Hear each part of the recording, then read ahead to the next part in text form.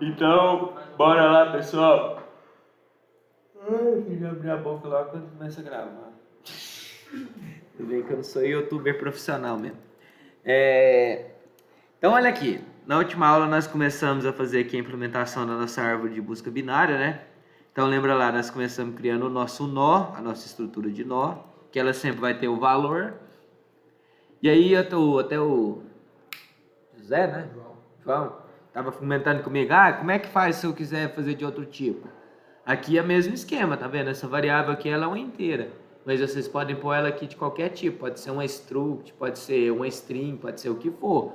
Basta vocês trocarem aqui nesses lugares aqui. Vai ser aqui basicamente na definição do nó. E aqui na hora de inserir, a gente precisa de trocar aqui também para passar o valor que eu quiser. Seja de outro tipo. Sendo de string, sendo de char, sendo do que for.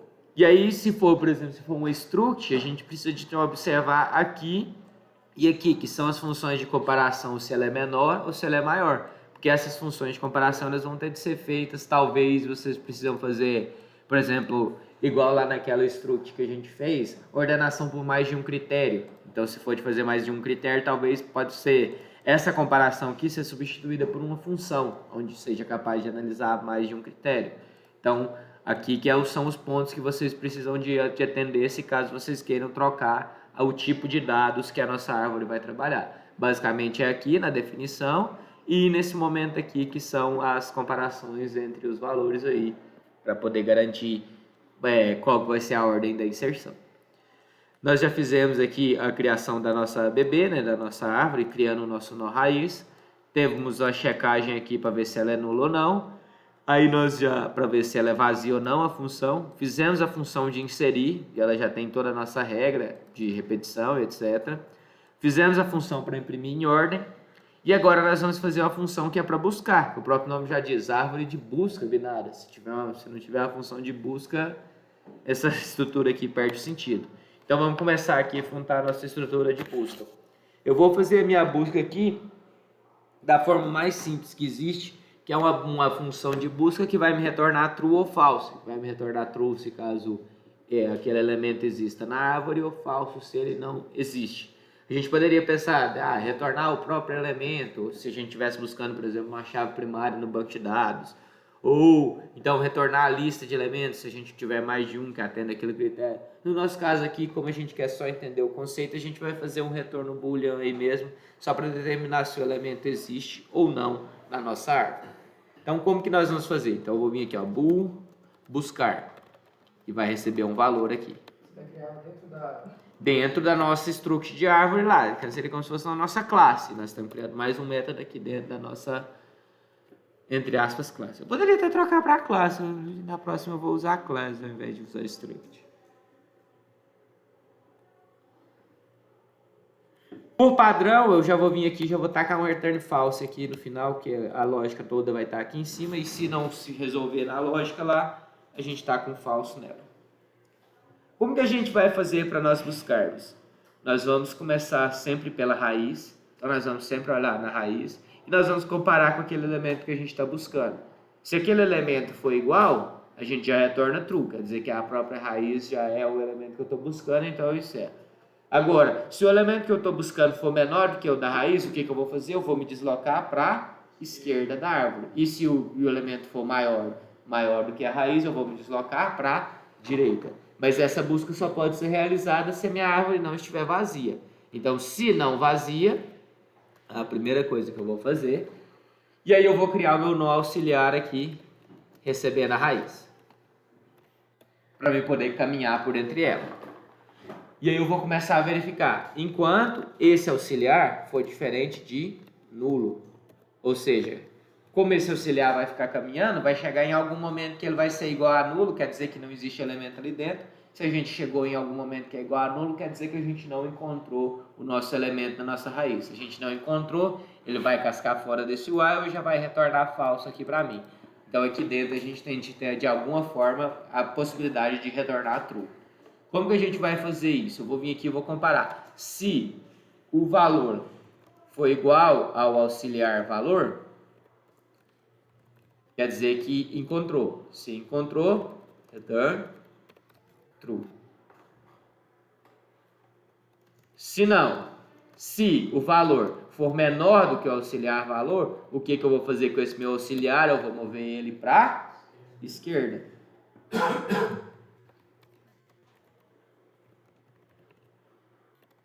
E se não, se o valor for maior do que o meu auxiliar valor, eu vou mover ele para onde?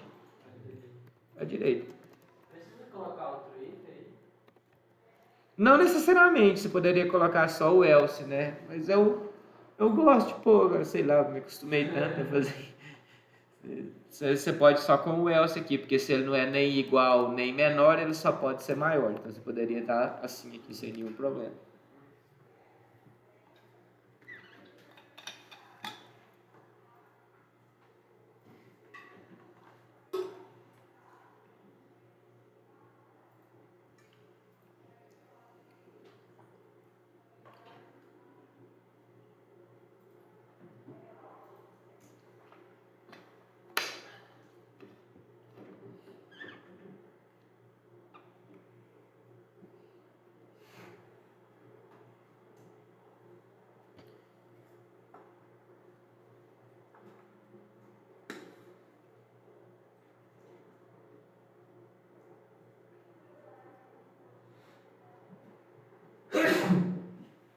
Sai, Corona.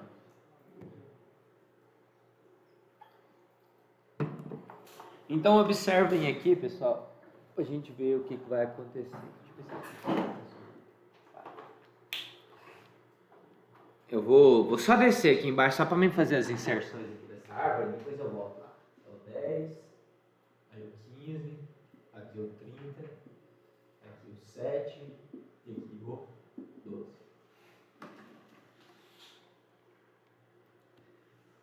Essa aqui está a nossa árvore que a gente inseriu lá. Vamos imaginar que a gente quer fazer uma busca aqui nessa árvore. Então vamos supor que eu vou buscar o 30. Primeira coisa que ele vai fazer, ele vai ver se essa árvore é vazia ou não. Ele vai checar que a árvore é vazia. Mas não, ele vai entrar aqui embaixo. Então o auxiliar vai apontar na raiz. O auxiliar vai ficar apontando aqui.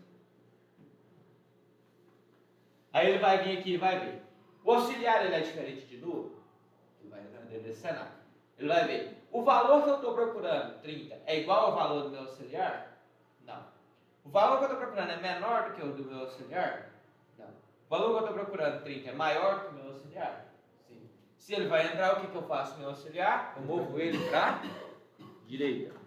Então ele vai fazer isso aqui. Vai voltar aqui no while. O auxiliar é nulo? Não. É igual? Não. É menor? Não. É maior? Sim. Se ele é maior, move para direita. Aí agora volta aqui em cima. Auxiliar é nulo? Não. Vai ver. O valor é igual ao que eu estou procurando? Sim. Se ele é igual, o que eu faço? Encerro a minha função, retornando tudo. Imagina agora a gente pesquisar um outro valor que não existe. Vamos, por exemplo, pesquisar o 5. Vai ver, minha árvore não é vazia. Vai vir aqui e vai entrar de novo o auxiliar, começando aqui na minha raiz. Aí ele vai ver. 5 é igual ao 10? Não. 5 é menor do que o 10? Sim. Se ele é menor do que o 10, agora o auxiliar vai para onde? Para esquerda. Boa noite. Então o auxiliar está apontando aqui. Volta aqui em cima e olha. O auxiliar é diferente de nulo? Sim. Vai comparar de novo. 5 é igual a 7? Não. 5 é menor do que 7? Sim. Se ele é menor do que 7, o que a gente faz? A gente move para esquerda. Nesse momento, quando eu movi para a esquerda, o que acontece? Não tem esquerda. Se não tem esquerda, quanto que ela está valendo? Nulo. Na hora que ele voltar aqui em cima para fazer essa comparação no ar, o que vai acontecer? Auxiliar é diferente de nulo? Não. Nesse caso é falso. Se é falso, para onde que ele vai retornar? Aqui.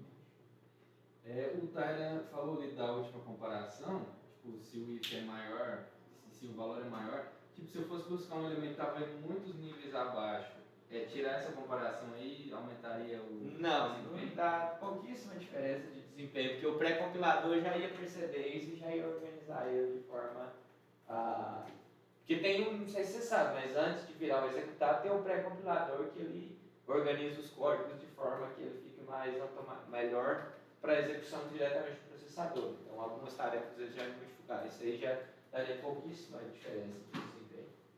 Ô, Jean, Diga. esse primeiro if aí é necessário? Porque se for nulo, ele não vai nem para um while. Teoricamente também não precisa, mas como diz a gente, depois de tantos erros, a gente sempre coloca o máximo de verificações possível. Foi muitos anos apanhando para isso aqui que eu aprendi que eu tenho que colocar o máximo. Verificação melhor. É porque eu entendi o que você está falando, porque se a raiz já for nula, nesse primeiro while já ia cascar fora já. Né? Você não precisaria de fazer essa checagem aqui. Realmente não seria necessário. Tá bom, já fui. Ideia do buscar. Tranquilo, pessoal? Alguma dúvida? Tá vendo? Assim, árvore é chato de fazer? Concordo. Mas é um código simples, eu acho que no final, assim, se você conseguir entender, principalmente acompanhando o visual aqui do que o código está fazendo, eu acho que ele dá para ser entendido, não dá? Eu acho que é tranquilo aí da gente pensar. O Rafael ficou preocupado, coitado, na hora que eu falei que essa aqui costuma ser a parte mais difícil da matéria.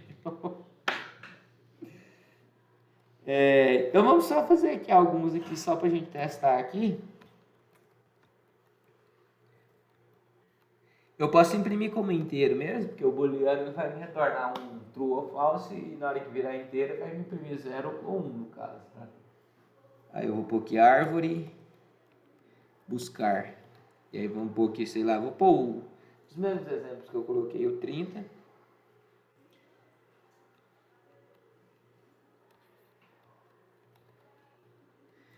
E eu vou pôr o 7 aqui também. O 5 na verdade, né? Que é o segundo.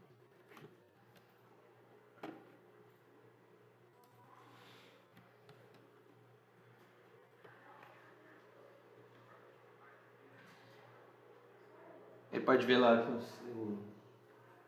os 30 ele retornou 1 verdadeiro e o 5 ele retornou 0, que é falso.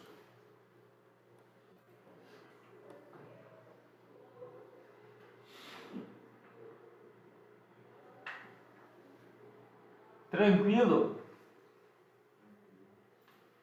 Agora vamos pensar aqui comigo. Complexidade dessa jossa. Primeira parte. Quando a gente quer inserir um elemento. A inserção desse elemento, ele vai ter de encontrar a posição correta para aquele elemento vai ser inserido. Vocês concordam comigo que a tarefa de encontrar a posição correta de onde aquele elemento vai ser inserido é a mesma tarefa que a gente faz de buscar? Vocês conseguem concordar comigo isso? Porque imagina, por exemplo, que eu estou buscando o 5. Aonde que o meu auxiliar parou? Não seria num lugar que, se eu fosse inserir, é o lugar que eu iria inserir o 5? Da mesma forma, por exemplo, eu estava buscando o 30.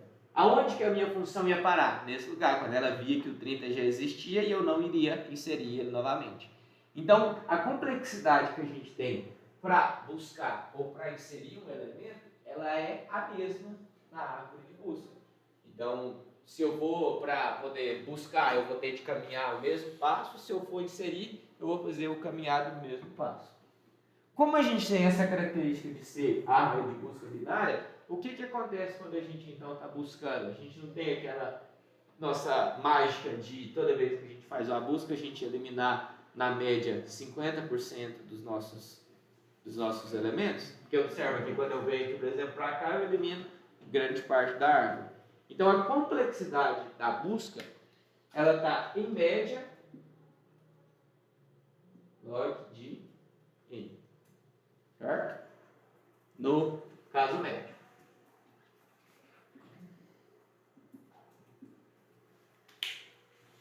Vou até anotar aqui, porque isso aqui não aparece no vídeo, né?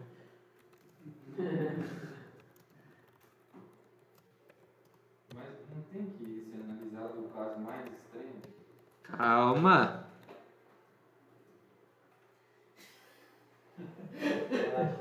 Ele falou a mesma coisa.